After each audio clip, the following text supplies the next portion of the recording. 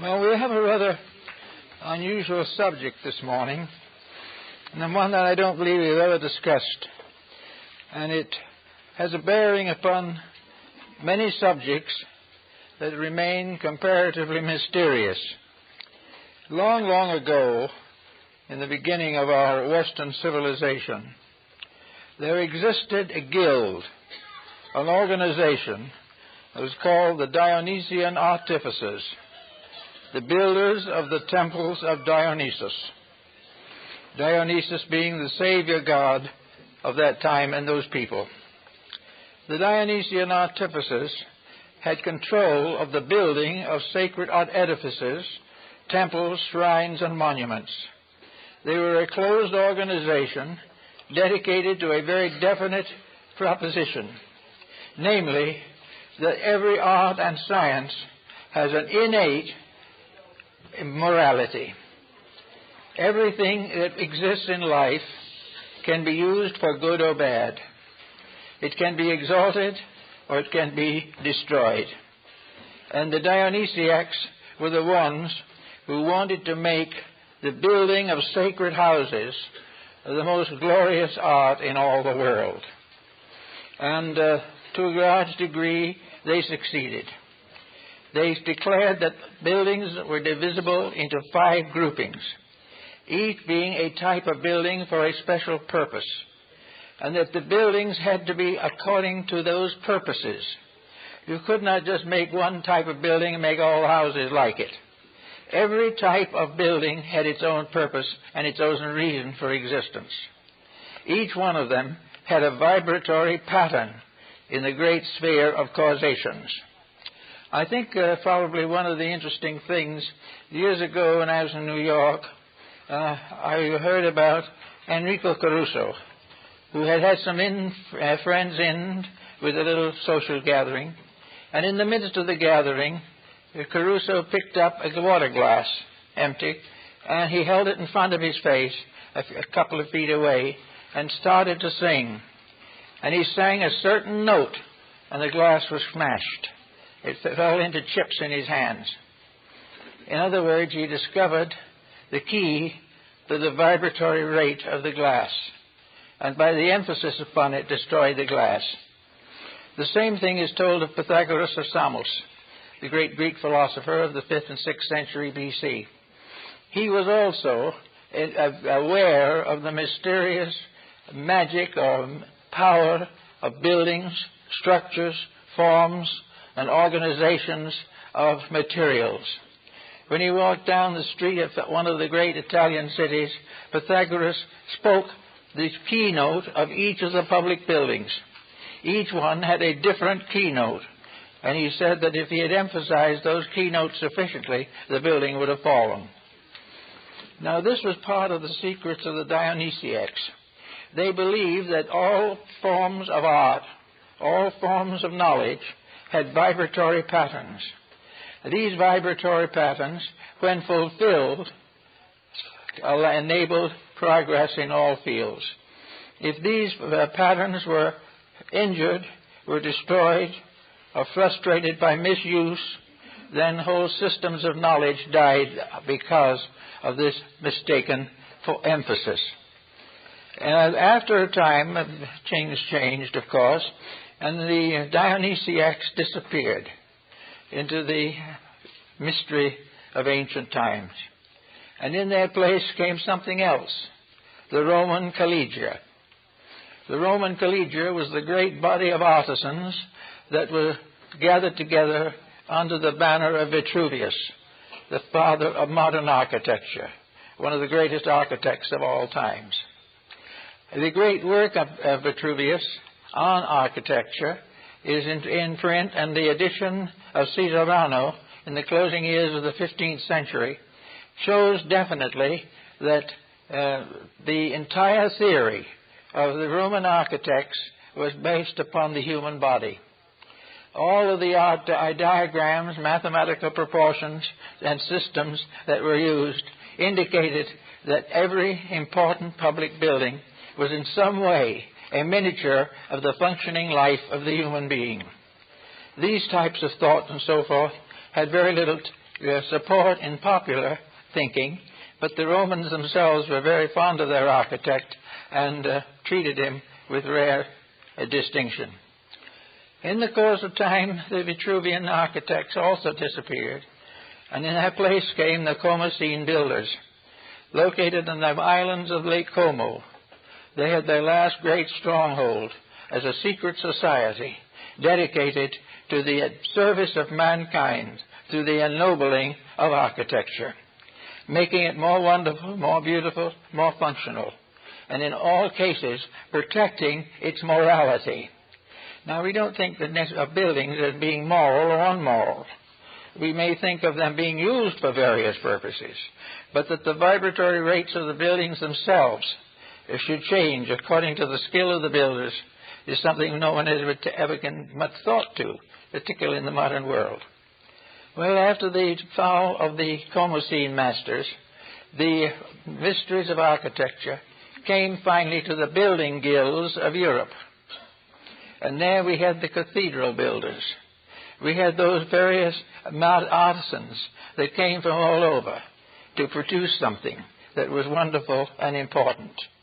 When it happened that the emperor of some state or the cardinal of some diocese wanted a temple, a church, or a palace, the word was sent out.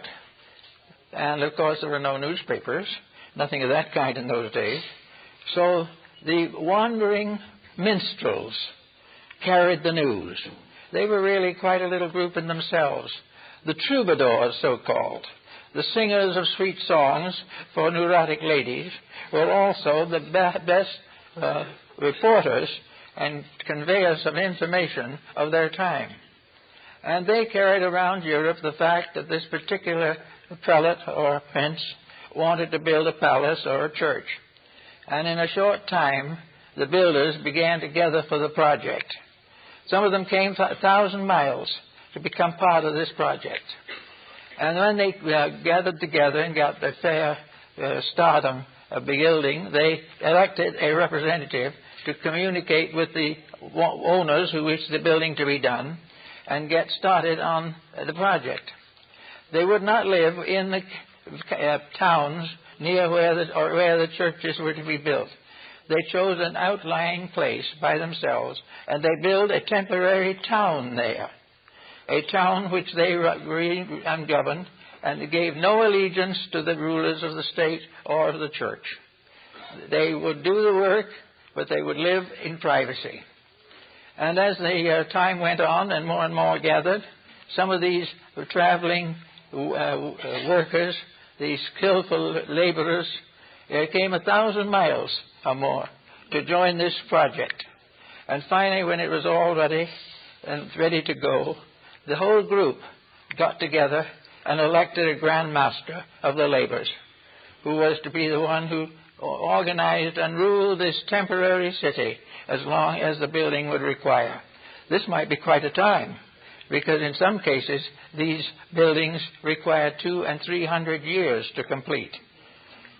As long as they were given their proper dues, as long as they were given the proper rights and privileges, they would work on the buildings. And the moment anything went wrong, or the princes or the prelates did not keep their word, this mysterious village disappeared and nothing could ever bring it together again. These were the masters of the various guilds, and they incidentally were part of a great system of guilds. In his opera, The Meistersingers of Nuremberg, Richard Wagner presents Hans Sachs as a worker in the guilds. It's sometimes said that this opera is a comic opera, but it isn't. It's a very serious one. For it's the story of the builders and the realization that the builders had that they couldn't build what they wanted to build. Whatever was necessary had to be built according to the inner law of the structure itself. You just could not take a structure for a temple, change it a little bit, and make a palace out of it. Or you couldn't take a palace, change it over, and make a condominium out of it. These things had their proper laws. And if you broke the laws, you broke the morality of architecture. Architecture was a great science with a moral structure. And this moral structure had nothing to do with the communities where it functioned.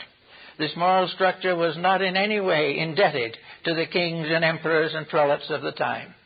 This structure was inherent in the laws of building, in the mathematics of structure. It was something that you had to do right, or it would never be a credit to the organization. The building of these houses was a sacred labor, even though the houses may be intended or might be intended for secular purposes. But the builders kept on as long as they received their proper dues. And it was in this time and in this way that what we call the Social Security came into existence. While they were laboring upon these buildings, the Commacene masters and the guilds builders were all given proper financial assistance. Their families were taken care of. Their children were educated. Everything had to be done in a lawful manner. And if any failure occurred, this mysterious city vanished away and never came back again. The masters of the Commacenes and finally of the guildsmen came also to be associated with the great arts of decorating sacred buildings. Wonderful paintings, tapestries, all forms of ornaments, and various articles and utensils associated with religion. All these things were done by these masters, and when they were finished, they were paid in full and went away, and that was the end of the transaction. So there was moving about Europe for many centuries a group of separate people who had their own way of life. And these finally descended into the secret societies of the medieval and early modern world, and we find them actually coming up in the mystical, alchemical societies and all kinds of groups that came into existence to carry forward the morality of architecture. Now, we don't think much of the morality of architecture. We don't even pay much attention to what we are building. We assume that if we get a good plan and somebody wants to build hotels, that if he wishes to build 50 hotels in 50 parts of the world, use the same plan. It looks very nice. It looks exactly like a bank, and all of these buildings look like each other. And you go from here to Bangkok or something, and you arrive in Bangkok, and it looks like you're back home again, because the hotel is exactly the same as the one here. Now, the Commacenes and the master builders had nothing in common with that. They didn't believe in that type of structure. They considered a building like that to be dead, because every building to be alive had to have a reason, and it had to be a good reason, and it had to be a particular reason, and it had to be dedicated to a right use, and it had to be preserved in right use, or it gradually lost all of its meaning, and lost all of its strength, and all of its wisdom. So when we had in the architectural field these people who were constantly building according to a law within themselves, it meant that everything that was built had some life meaning in itself. The ancients believed that buildings were alive just as much as people. They were not alive in the same way, but the vibratory rates due to the mathematics of the patterns gave them a mathematical soul, a reality, an eternity that could be defended or destroyed by corruption. That all these buildings, when they were finished, had to have right usage.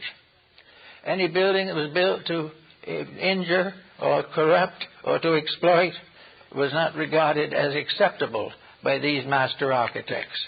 And for a long time they did preserve the wonders and beauties of this wonderful trade.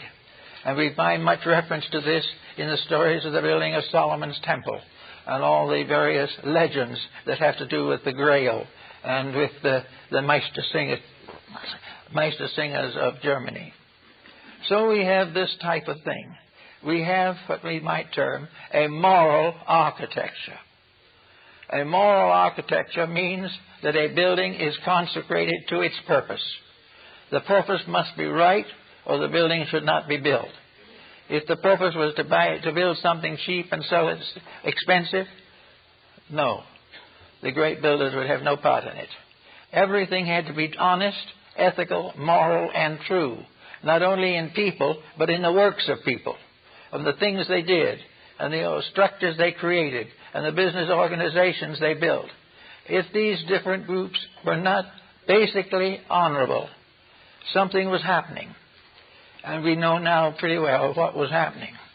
There was a gradual disintegration of the entire moral fabric of society. It was very important that these builders should keep the faith. And in that also they had some very interesting symbolism. Now, in the early days, the Greeks had several orders of deities. And the highest, of course, were the celestial deities, and the least were the deities of the forests and the glens and the meadows. But when the Greeks created a temple to Zeus, who was the father of the gods and supreme regent of heaven, not the creator of it, but the regent of it, they always left an opening in the top of the building. So it's kind of a circular opening to the sky, because after all, they could not build a likeness of heaven, but they could allow themselves to worship, to lift up their faces and behold heaven from the temple. So the temple with an opening in the top became a proper symbol for the highest effort of man, which was finally simply to become aware of the presence of heaven. Later on, for one reason or another, changes were made, and this opening was closed, partly due to climate and weather conditions and so on, and a dome was placed over it.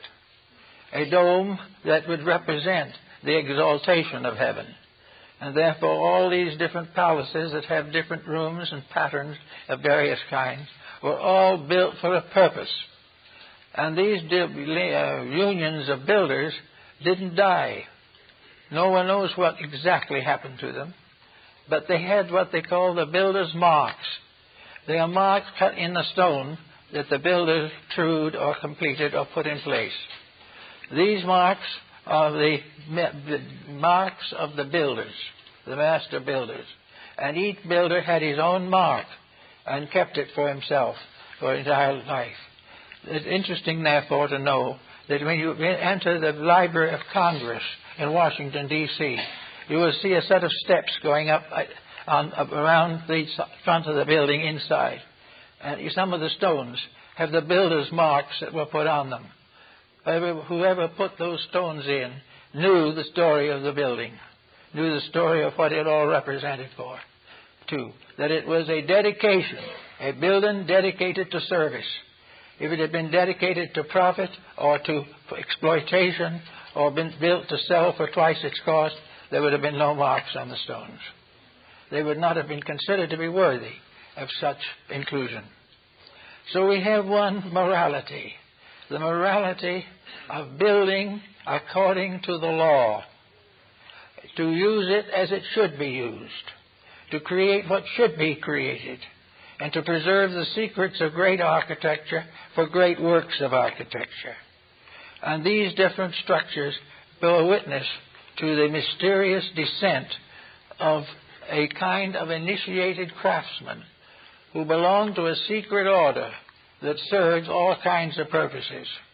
And also this same secret order in Protestant Germany over 300 years ago, while structuring, this also introduced the workman's compensation and various benefits for the sick and protection for the children, the widows and the fatherless, and all the different benefits that we now think belong to modern labor unions. They were all worked in those days because they were part of a great plan. These architects were a part of a citizenship above nations because they served the one good in all things. And good is no matter of nations. Good is a matter of personal integrities and the collective living of the principles of true building and true architecture. And because building has become the symbol of progress, because it has become part of a proof of progress, it is assumed that every building that is built must be built honorably and must be built for an honorable purpose, that it must fulfill its honorable purpose, and that the building's type of structure should be consistent with the purpose for which it is intended. If these laws are kept, the building will stand for a long, long time. Now, we know that, of course, that the cathedral builders belonged to these groups and were initiated into them by the sacred rites, which came originally from the pagan world. But where these initiatives gained their improvements, came to control the use of various elements of structure, they also had a moral obligation to recognize the significance of right usage. And they also had to realize that the moral usage of any object or any science or any building was developed around the basis of its right use. The moment a building was perverted, something happened. It became sick. And the unmoral building is presumed to finally die. The moment truth is taken out of the structure, the moment the principles are prostituted in any way, the future of that building is destined to decay. And we find some very interesting things in connection with World War II and, for that matter, World War I also. Most of the great cathedrals of Europe were bombed in the First or Second World War. They were hit many, many times by bombs and shells, but comparatively few of them were ever actually destroyed. And among the various buildings that were bombed out in the First World War, nearly all of them were in perfect condition again for the Second World War. And those that were bombed out in that, you can go today and you will find nearly all of them rebuilt and in good condition. Something happens as long as the purpose for them was right. If these buildings had been corrupted, had been sold into secular purpose, the chances are they would never have been rebuilt. But there's something about the integrity in the building itself that accomplishes its perpetuation. So this becomes one of the beliefs of the ancients concerning morality. Morality is the right use of things. The right use of things is worship. To believe a thing and serve it honorably, it may be a secular thing, but still the act is one of worship. It is one of perpetuating the good, serving the right, and believing in the true. These things were parts of the labors of the great builders of antiquity. Now, as we are going along again, we find out that other sciences also have their integrities. And we can take art, for example. Art was a very sacred thing in antiquities. Art was held in part of religion. The temples were ornamented with magnificent sculpturing and with various symbols of the divine beings that were supposed to guard over them. There's one thing we have to gradually understand, however, and that is that the ancients did not worship stone and wood. They worshipped, they say, something that these elements symbolized. They did not worship the gods of stone. They merely recognized them as the symbols of that which was important and significant in life. Now, in the development of religious art, we find it's coming into flowering later than architecture. We know the Greeks had a certain amount of painting and religious art. So did the Egyptians, but in both cases the symbolism was rather crude in our thinking. The florid art that rose in medieval Christianity was a great step forward in the paintings and carvings and artwork of Western civilization. Here we had the great artists, Leonardo da Vinci, Michelangelo, Guerrini, Van Dyck, many, Dürer, all these very famous artists. Most of them were very famous for their religious work, and they created an artistry that supplied the temples and churches and palaces with appropriate emblems of divinity and human reality. Everywhere we turned, art was being used to tell the great story of man's salvation. In those days, art was therefore completely moral. It was moral in the sense that it was dedicated to a purpose. It was dedicated to a duty. a responsibility. It was demanded of art that it should set an example of that which was noble and beautiful. And most of all, the artists themselves must know the beauty and sublimity of great order in art and in structure. We know that the great painters were most of them devoted to religious subjects through the Middle Ages. But even when they went into secular subjects, there was a quality about them. The great painting tells a story. It reveals a mystery of some kind. It touches into the inner life of someone. Great art is therefore one of the noblest of human achievements, and great art is considered as a morality. Whether it is a secular subject or not, great art is moral because it impels individuals to a nobler reaction to the problems of daily life. It gives more aspiration. It gives more strength of devotion. It helps to make the individual feel something of the responsibility of his own conduct. And so we have a canon in art. And this canon apparently was built into the concept of art. For art from the beginning had to have meaning. And the meaning of art was only one thing: to help. Art had to tell the story of human growth. It had to reveal the integrities of life. It had to inspire the individual to rise above the smallness of his own conceits.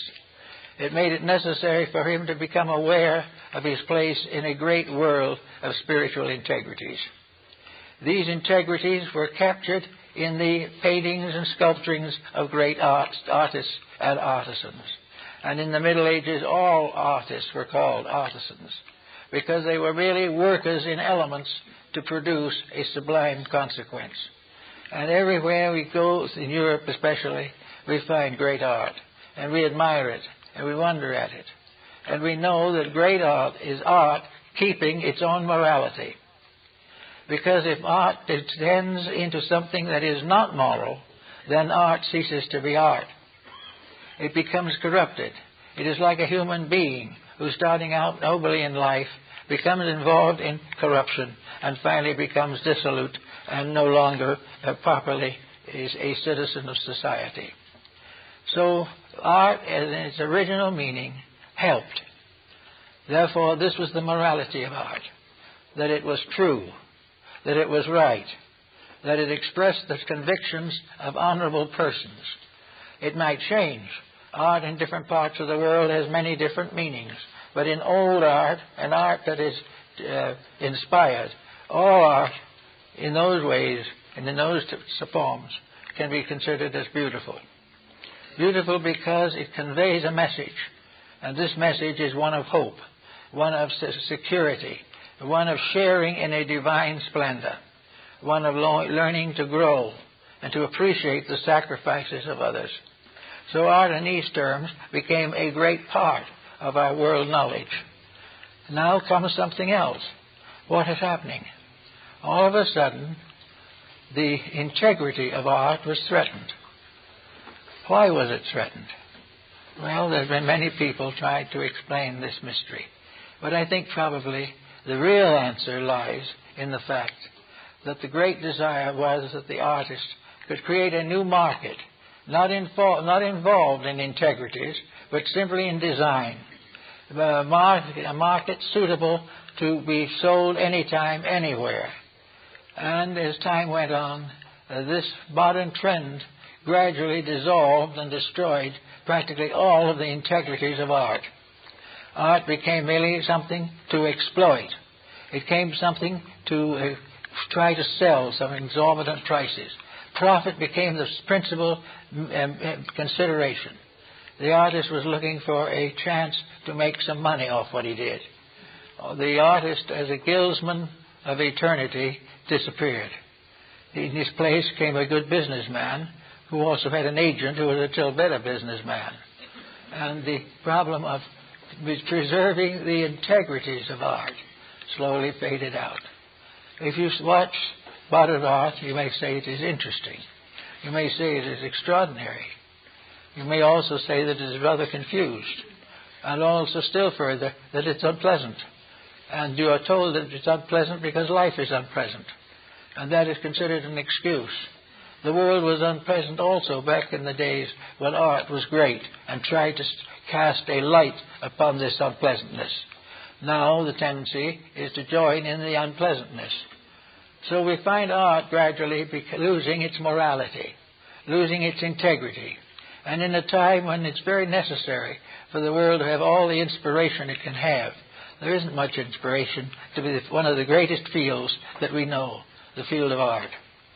We can go through the galleries and so forth of many different artists and discern the achievements of these people.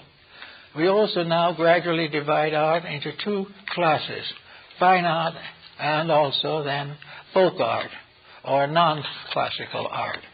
Art that originates in the barracks, in the balconies and suburbs of Paris. But this kind of art is not what we used to call art. We find the constant continuation of scenes that are basically not equitable, not noble, not beautiful, but are supposed to be true to life, and that makes them eternal. But unfortunately, this isn't true, because an eternal mistake is impossible. Eternal realities may be right, but a mistake can never be eternal. It must someday be faced and corrected. And the tendency that we have today in art is to glorify the mediocre. This is appealing not only to the artist who is looking for a fast penny, but it is appealing to the buyer who is having little taste themselves, deeply influenced by the reputation of some master of the modern schools. Little by little, we find art going down into commercialization, going down into modernization. And if we're not careful before we get through with it, it probably will be computerized. We will have everything from Michelangelo to Leonardo da Vinci on little discs that can be produced on short notice. All of this is a little hard, however, on the ethics of art. Art is no longer a source of ethical support, because no longer do we find the development of nobility to be depicted in art. No longer do we find the tremendous need recognized for beauty. Actually, every home in the world ought to have at least one fine piece of art. This is not necessarily a very expensive one.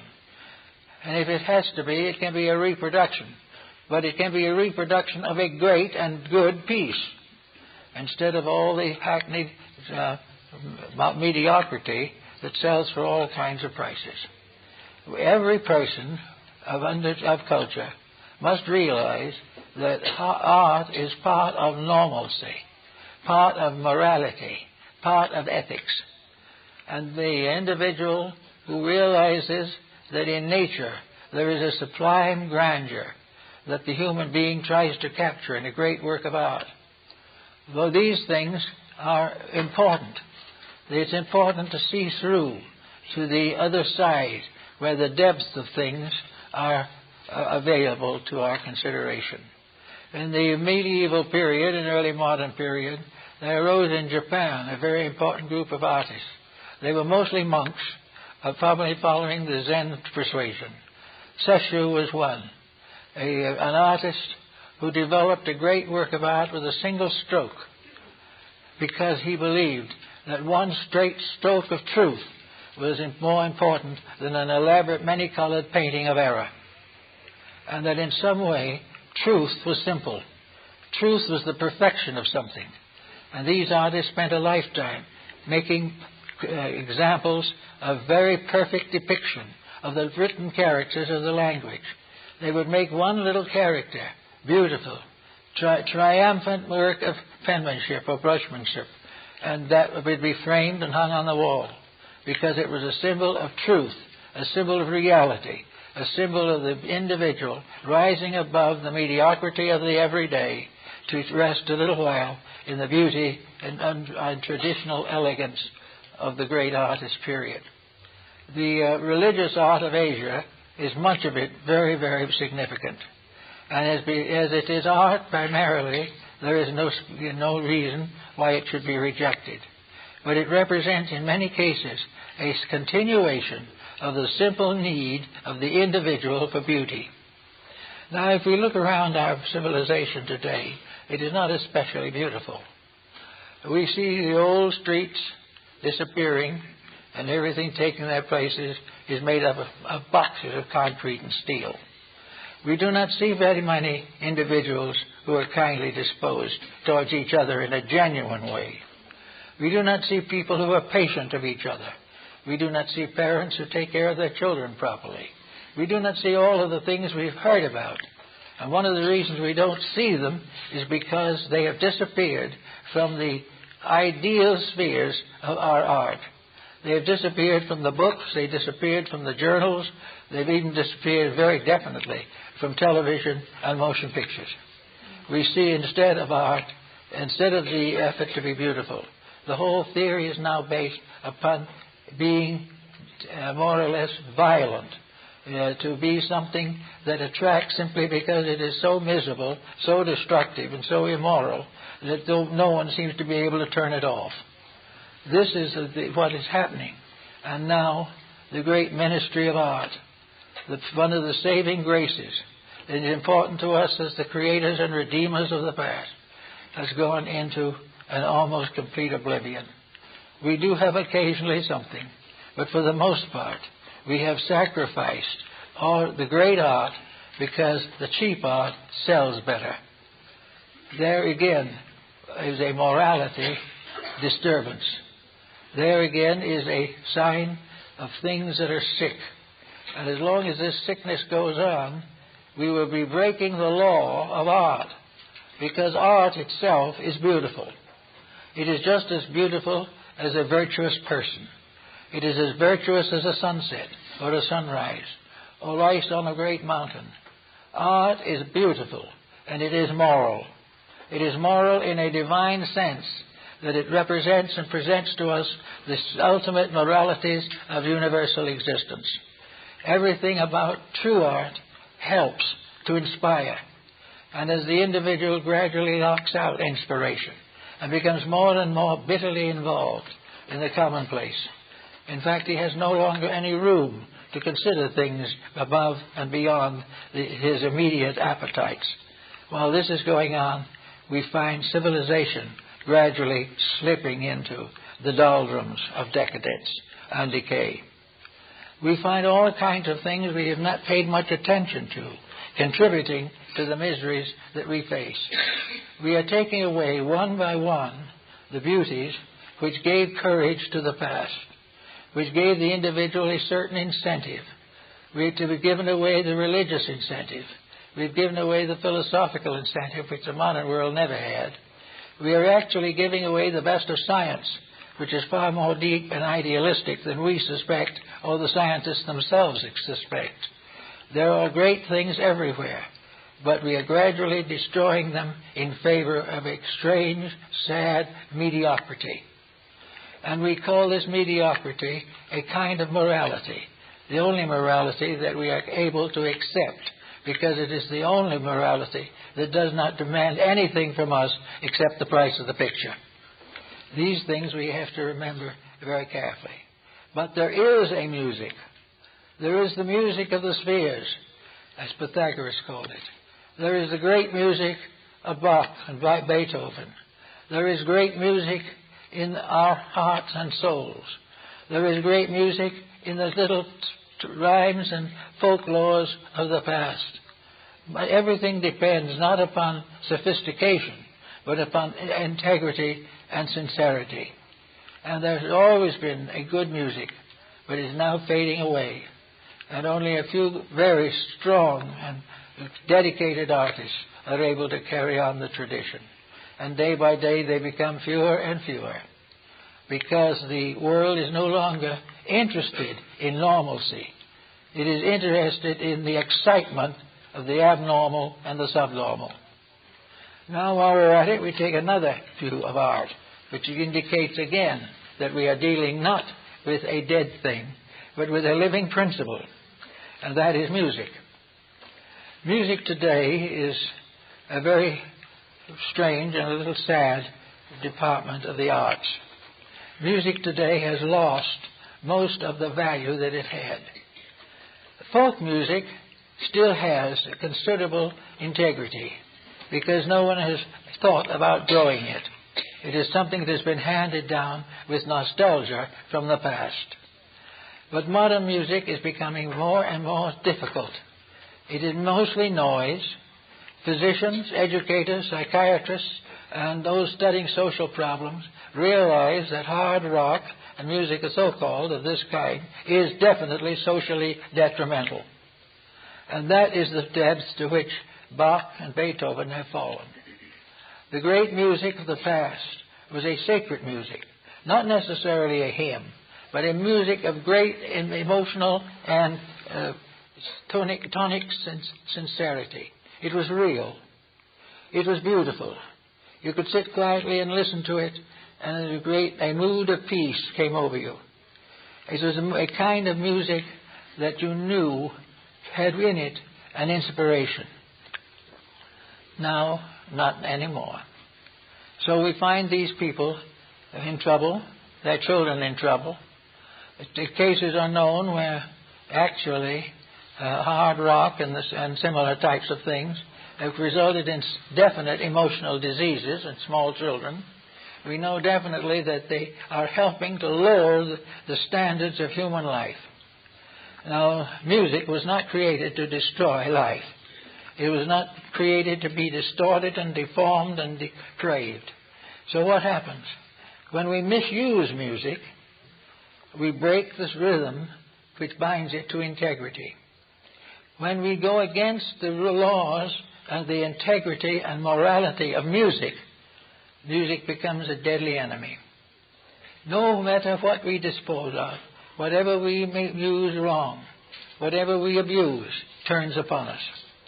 And long ago, the ancients came to the conclusion that it's necessary to realize that this universe is based upon a tremendous integrity, that the various principles and laws and concepts that we cherish now were based upon a great basic integrity, a morality of infinites and of ultimates, and that various desires, various masses of data are all gathered together in a great pattern of divine purpose. We are here to fulfill by bringing forth the good. We are not here to fulfill by destroying everything that has helped to build the world of the past. Our revolt against the past is more or less foolish, because actually, if the past was good, it lives. If it wasn't good, it dies. But those parts of the past which have to do with the arts, which have to do with the techniques of human improvement and dedication, will go on, because they are part of this morality of the infinite. And it is this morality that Pythagoras became aware of. He realized that every part of knowledge has laws governed by mathematics and governed by precise rules and laws. He was the one who created the first diatonic scale. He was the first to give us the law of octaves in music. And he knew definitely that he was not working simply with a series of natural accidents. He was not working at something that didn't exist until man discovered it. He worked with something that had always been, that was part of universal integrity, was that all things in their substance and essence are right, and that their right use is the perfection of themselves and the civilizations that be built upon them. Everywhere we turn, the corruption of integrities is the part of the great danger we face. It is part of the mistakes which we are making every day. We look about us and we find now that the number of religious organizations are disturbed because they do not know how much of human shortcomings can be condoned and how much has to be condemned. Now, this is a very touching thing, because if the church will not condone the conduct of an individual who wishes to live his own life, he will simply walk out of the church. He is not going to change to match religion.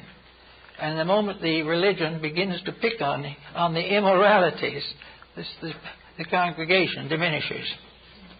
we've got to come to the point, apparently, where we must accept evil as good, or the church cannot continue to function. Now, all of this is very foolish, but it is part of the kind of world we live in, a world in which the great integrities of morality have been forgotten. Now, we go through all these different branches. We see the things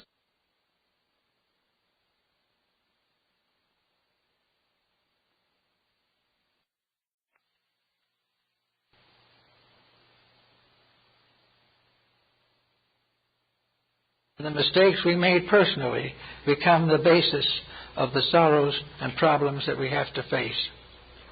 So we go back to the idea of a universal morality. A universal morality that has nothing to do with what we believe in anything, but which condemns that which is untrue. We are finding more and more that our various strategies and spoils are unsuccessful. We are facing into a very grave difficulty. We are looking forward to a new century. We realize that the children who are being born now will inherit the world 25, 35 years from now. And what are we doing to help them? What are we doing to prepare these young people for the jobs that they have? Actually, in the old days, for instance, we had no public schools at all. And, of course, much was made of the classical world. There wasn't any schools. Well, this isn't quite true. There was a school in the ancient world, but it wasn't the kind we have today. It wasn't the case where you send all the children and they all get the same lesson. The school of the ancients was the tutor, the guide, the guardian. Persons of importance or of reasonable means had their children educated by scholars. The principal profession of the philosopher was the education of the young. And as a result of that, the education was according to what the teacher thought the child could do. And the child could do much more under the encouragement of an enlightened teacher than he could over a disinterested schoolboy. Actually, therefore, someone said to one of these philosophers, "Why should I send my son to you? Why should he be educated in philosophy?" And the philosopher said, "Well, probably the best answer to that is, if I educate your son, and he goes to the Olympic Games and sits on a marble bench, it will not be one stone sitting on another." This is a genuine example of 2,000-year-old humor. And there was much of it. We find constantly the idea in ancient times that education was an ability to bring the young into the presence of the wise, of any age or of whatever age it was. Plato had his school. Aristotle had his school in a cinder track. Pythagoras had his school in Crotona. And Socrates had his school in the nearest forest, where he could sit and discuss with his disciples the great things of life.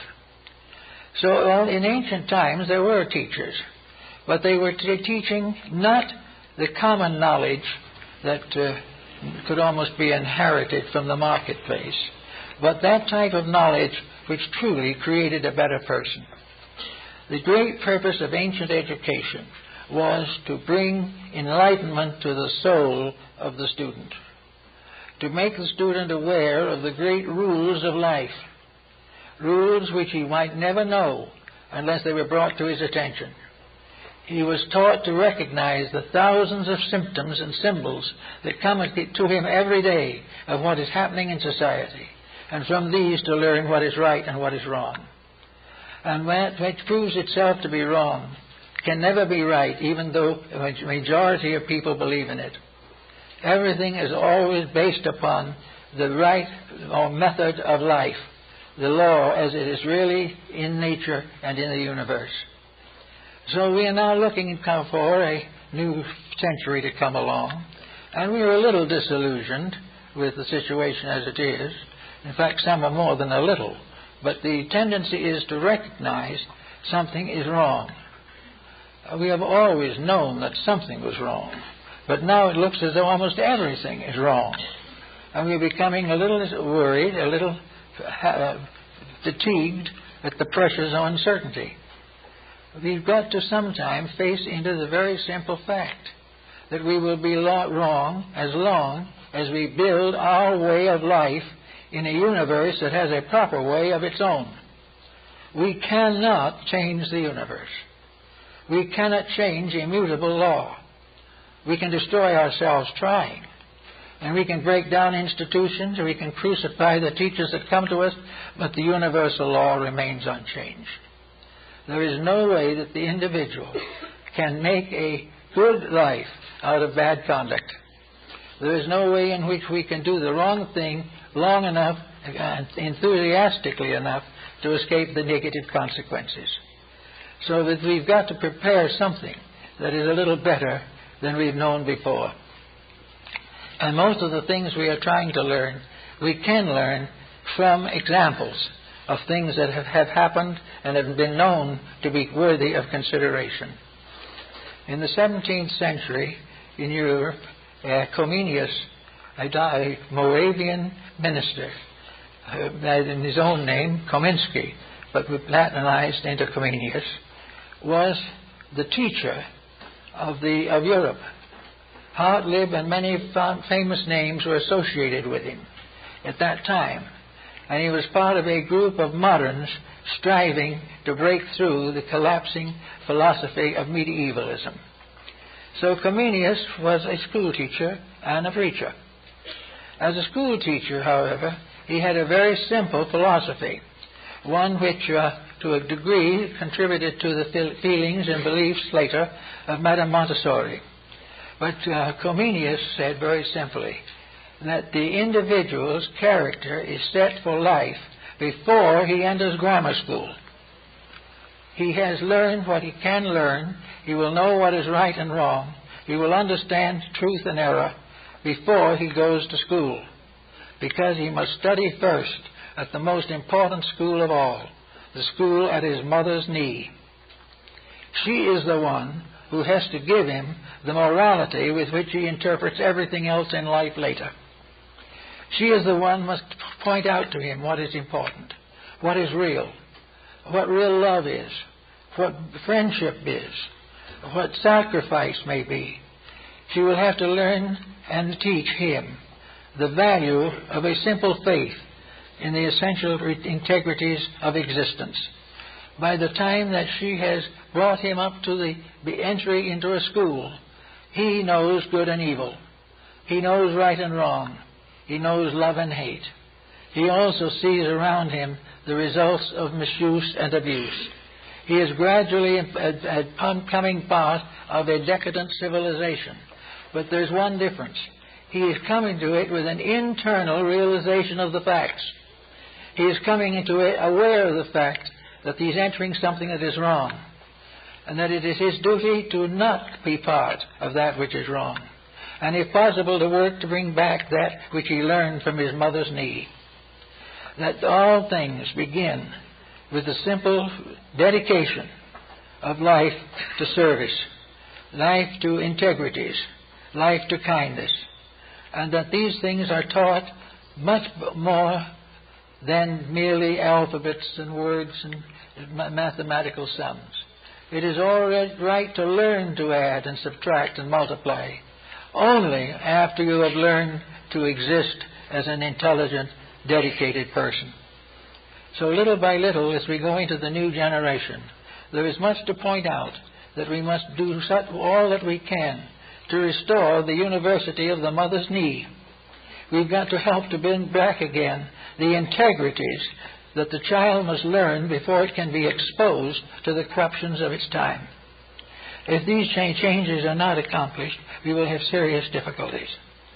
When I was quite young, my admirable grandmother thought I should have some, masculine supervision, all that sort of thing. So I was sent for one term to a military academy. And it was a good one. It was one of the highest, and those who graduated from this military academy could hope or look forward to a possibility at West Point or Annapolis. But before I was hardly in the place, the first night I was there, my baggage was burglarized. It was burglarized by the students. Now, they didn't get anything important, but they got something that was very important to me because I liked it. I was even then a stamp collector, and I had a pretty good collection for a boy. And the night the collection disappeared. I reported it to the head of the school, and he said, "It's too bad, but those things happen." And by the time I had been there for 3 months, I found that the young boys there, most of them there because they were incorrigible, mostly there because they came from broken homes, mostly there because their parents were rich and wanted no bother with them. And these kids were as bad, if not worse, than the vagrants of today. Morally, ethically, dishonest by the time they were 12 years old. Now, this is the thing we have to do something about. And this is the reason why we cannot accept without question the idea that we're going to drift into security. We are not. We are going to have to build it. And those in the younger generation need help. And they need help before they go to school. And they need help in the idea of a type of education that tells them the facts of integrity.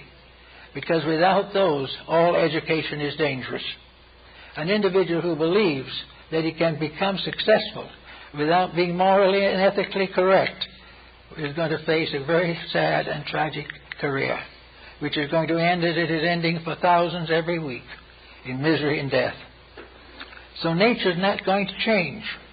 Nature just wants things to be right. Nature has beautiful meadows filled with flowers, and each of those flowers is a moral entity. Each flower belongs to a certain species, and nature has made sure that the thousands and millions of different species of living things on this planet are all properly cared for. Nothing is neglected. The only destruction comes from man. So these things have to gradually change and improve and grow until we get somewhere. But unless we want to have a really serious problem, we must realize that there's no way of correcting it by jailing the adults. There is no way of correcting it by continuing to punish the wrongdoer. The thing that has to be done is we have to start the children off right.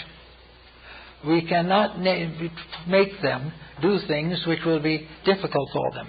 You take an adult and take his profit away from him because of ethics, he is going to keep his profit and lose his ethics. He is going to turn against a society that deprives him of things he wants. But if from a child, small childhood, he starts growing up realizing the values of life, he will then gradually improve a little. Three generations of such improvement would probably correct about 50% of our troubles. But no one seems to want to start it, because to start it you have to go against somebody who is locked in his own selfishness. So we have to realize that nature looks at it very simply. We are here to learn. This must be considered a fact. Either we are here for learn or we are here for no reason whatsoever. We certainly were not created merely to be disillusioned. We are here for a reason, and that reason apparently is to grow. And actually our embodiment in this world is a kind of school embodiment in itself. We are supposed to learn how to live and to come out of this world at the end better off in wisdom and understanding than when we came in.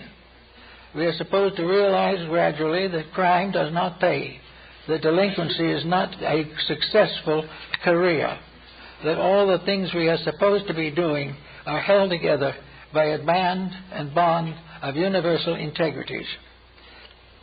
We are here to grow. We are here to champion honesty and integrity. And we are here to set a foundation for a coming generation that's going to need a lot of help. We are here because we must move into the future. And already we have hazarded most of our resources. We are now developing constant agitation and worry over problems which should never have existed in the first place. But they do exist, and they will continue to exist as long as individuals are indefinite in their allegiance to ethics. Actually, we have to recognize something, and we have to recognize it whether we like it or not. The universe is a moral entity. It may not be personal. It may not be individual, but it is moral. Everything that is good, it supports. Everything that is wrong, it finally destroys. There is no such a thing as nature supporting error. Nature is constantly disillusioning people who have errors. It is also punishing those who won't give up their errors. But the basis of the whole thing is that there is a plan. It is bigger than anything human beings can devise. It was a plan great enough to bring us here for reasons we do not understand. It is big enough to take care of us while we are here if we use it intelligently. It is here to give us some hope about an unknown future if we wish hope. It is here because it alone is the lawmaker. We exist only to obey. And to obey the law means integrity, means honesty. It means rightness of conduct. It means taking care of the duties of daily living with integrity and dedication. If we will do these things correctly, the world will straighten out. We will get rid of these wars fought daily for people who can never keep anything they win, and people who will never get back what they never owned. These things will all smooth out if we can make an integrity out of our pattern of living. And integrity for us is to keep the world as clean as we can. And wherever corruption comes in, to use integrity to correct the corruption. And wherever ignorance takes over, try to find what the wisdom of it is. All these things are possible. The Greek philosophers have told us beyond question that in nature itself, in the great structure of things, we find the final laws of right and wrong. Right and wrong are, according to our code, very uncertain and very mysterious and unrealistic. But right and wrong in terms of nature is very clear. Right and wrong is that good shall survive. Right and wrong consists of realizing that we accept or reject the Ten Commandments. These things are bigger than we are.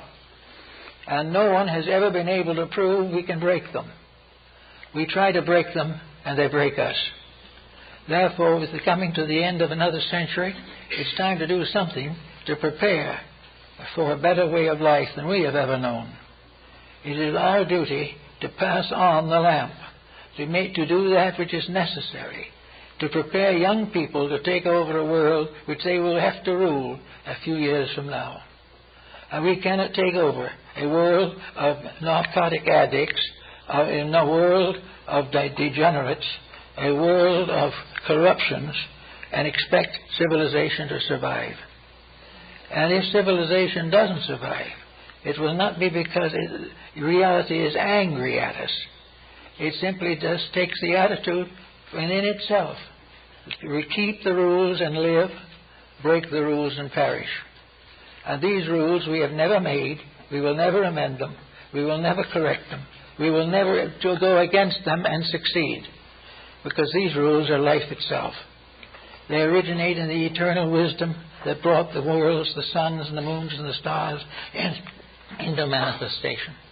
They are all part of one great and magnificent structure, and they are all part of an immutable system of laws. And these laws, if we keep them, will make us the happiest generation the world has ever known. If we break them, we will go down with the miseries of the past. So it's very definite and very difficult to think about it. But if we're all grown up, then we have something else to think about. We have to realize that somewhere inside of us, as grown-ups, is the little child. We are all children. We are offended, we cry. When we're slighted, we are angry.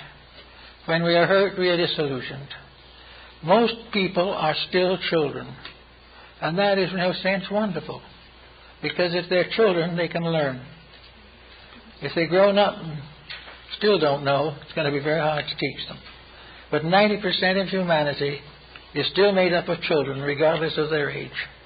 And children can learn. And children can hope. And children can learn from those who teach them. And children can learn from the experiences of the day. All people want to be happy.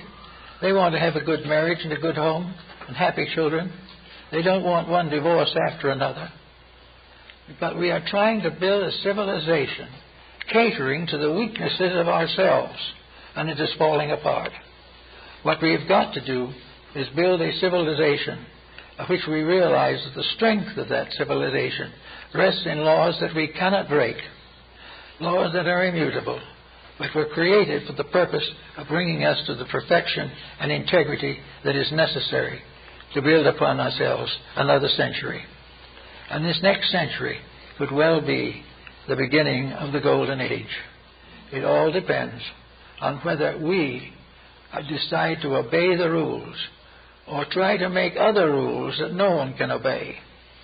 Whether we will work to keep the truth bright and shining in our books and in our music and in our art, or whether we insist on going on with little penny dreadfuls that mean nothing and accomplish nothing. So it's up to the individual of today who considers themselves thoughtful to work as much as they can on themselves. If they have a friend, understand. If they have an enemy, make a friend. If they have hopes, build those hopes. If they have fears, find in wisdom the remedy of all fear. And if they are alone, find that no one is alone in this universe, which is full of the love and wisdom of one eternal parent. With these little corrections in mind, we can do a great deal to make a better world. Thank you.